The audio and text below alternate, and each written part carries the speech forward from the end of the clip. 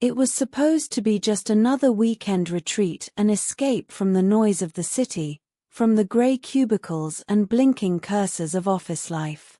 Four friends packed into a rusted SUV and drove into the green embrace of the Marrowpine forest, unaware that they were entering a place that whispered its own truths in voices not meant for city ears. 1. The arrival. "It smells like damp leaves and something else," said Myra, wrinkling her nose as she stepped out of the vehicle. Tall trees loomed above, their trunks twisted as if trying to wring secrets from the sky. A hush fell over the group, broken only by the crunch of boots on gravel. Jack, ever the skeptic, shrugged. "It's just a forest. What were you expecting, Bigfoot?" "There's history here," said Wren, the quiet one of the group, brushing a hand against the bark of a gnarled oak. "They say Marrowpine Hollow has been around longer than any town in the region. Older than the settlers, even." Kira, always hungry for adventure, grinned. "Then let's make some history of our own." They reached the cabin by dusk. It was an old ranger station, long abandoned but maintained by local hikers. Inside, the air was musty, the walls lined with faded maps and yellowed notices. They lit a fire and cooked chili, laughing and sharing stories well into the night. Outside, the darkness seemed thicker than usual, as if pressing against the windows. None of them noticed the handprints slowly appearing on the dusty panes. 2. The Hollow's secret. The next morning brought a thick mist that clung to the trees like cobwebs. Wren insisted on exploring. "There's a trail the locals call Whisper Path. It's not on any map, but my grandfather mentioned it once. Said it leads to something called the Hollow Heart." "That sounds incredibly ominous," Myra muttered, pulling her jacket tighter. "Which is exactly why we're going," said Kira. The path was barely visible, just a faint depression in the undergrowth. Birds fell silent as they moved deeper, replaced by the occasional rustle that was never quite from where they expected. Once, Myra swore she saw a figure standing behind a tree, but it vanished when she looked again. Then they found it, a stone archway, moss-covered and half swallowed by a tree's roots. Beyond it, the forest shifted. The trees grew closer, darker. The air felt charged, like before a thunderstorm. Jack chuckled nervously. "This is where we turn back, right?" Wren didn't answer. He stepped through the arch. 3. Into the hollow. They followed him.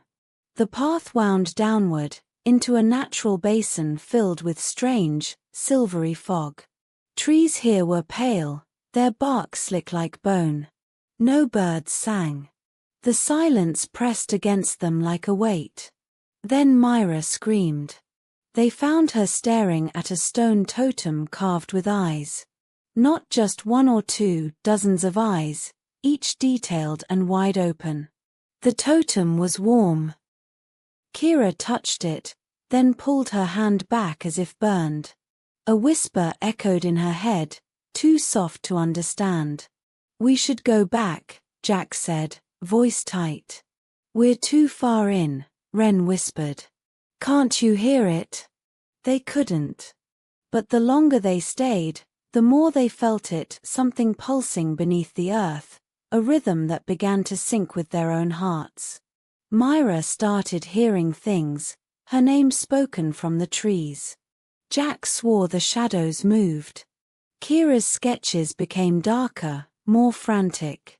That night, back at the cabin, they were different. Myra barely spoke. Jack drank too much. Wren stood by the window for hours.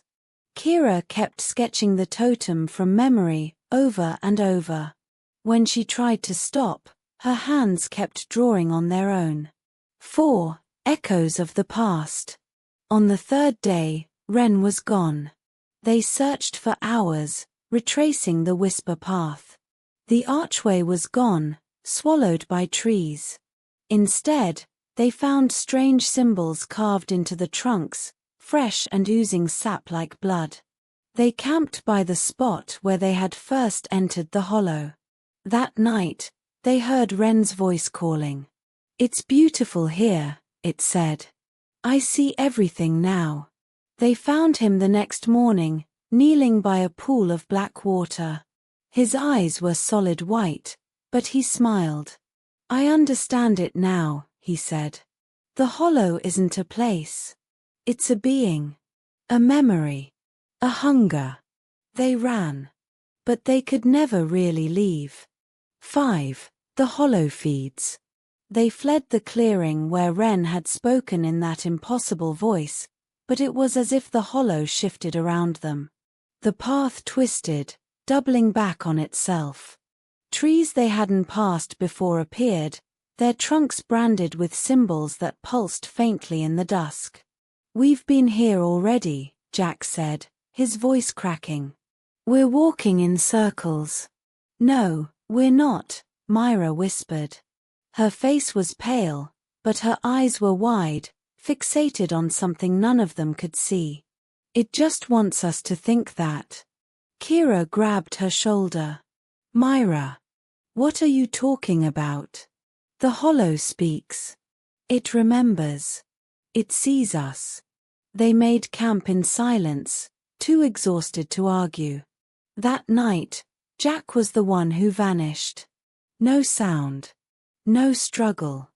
Just the faint, fading smell of smoke where he'd last sat, and footprints that led into the fog and stopped as if he'd never existed.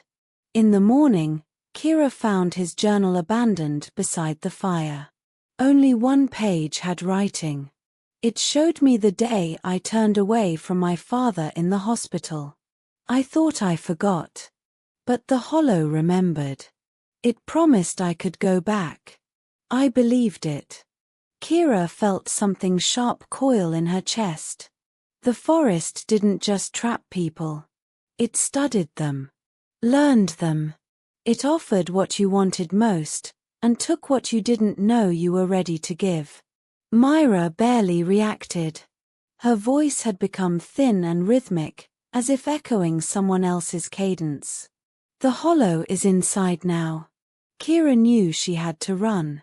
6. Alone. She waited for Myra to sleep if she still could, and slipped away under cover of darkness. The trees pressed in from all sides, branches brushing her arms like curious fingers. The totems returned, now broken and half-buried, their many eyes blind yet somehow watchful. Voices called from the mist. Some sounded like Jack. Others like her sister, dead 5 years. One, quietest and most painful, sounded like her mother on the last day in the hospice. She ignored them all. Then the fog thinned. The trees parted. There it was. The hollow heart. A clearing perfectly circular, filled with soil as black as ink. At its center stood a twisted spire of root and bone, pulsing faintly. The whispers were deafening now, and yet impossible to understand. She staggered toward it, pulled by something deeper than fear. The ground trembled beneath her. Faces emerged in the bark: Wren, Jack, Myra. All smiling. All empty. "Join us," they said. "No. You already have." Kira clenched her fists. The hollow fed on memory, on regret. It showed people what they wanted, what they feared. That was its weapon. She dropped to her knees, dug into the earth with her bare hands. Beneath the soft soil was something harder, stone, smooth and cold. She pulled until it came free. A totem. Like the others. But this one had only one eye. She looked into it and saw herself. But it wasn't a vision of the past. It was now. Her hands, stained. Her eyes, hollowing. The transformation had already begun. No, she said again, this time through clenched teeth. You don't get to write my ending. She raised the totem high and shattered it against the base of the spire. The ground screamed. The trees bent inward, as if in pain. A wind howled through the clearing, pulling leaves, fog, and sound into the broken base of the hollow heart. For 1 second, Kira saw all of them, her friends, her memories, her pain rushing into the void. And then, silence. 7. The return. When Kira awoke, the forest was quiet. The sun was rising, real and golden. The trees looked like trees again, tall, indifferent, beautiful. She stumbled her way back to the cabin. It was still there, moss-covered but intact. The SUV, coated in dew and pine needles, still sat in the clearing. She drove without stopping. Hours passed. Roads reappeared. Towns. Gas stations. Eventually, home. She didn't sleep for days. But the world didn't feel the same. Light was too bright. People's voices too thin. The city too loud and yet hollow. She couldn't explain it. So she didn't try. She told no one what happened. She burned her sketchbooks, deleted her photos. When people asked about her friends, she said they got separated during a hike. Only Ren's name made it into the news. The others simply vanished. 8. The Hollow remembers. Months passed. Kira moved. Tried new routines. Took art classes. Got therapy. But something always followed her. A feeling. A pressure. Like unseen eyes tracking her across thresholds. And then, one morning, she received a package. No return address. Inside, a notebook. Her notebook. The one she'd burned. Pages were intact. But the drawings were different now, more detailed. More alive. And on the first page, a single line written in her own hand. It's your turn to tell the story now. She stared at it for a long time. Then, slowly, she reached for a pencil.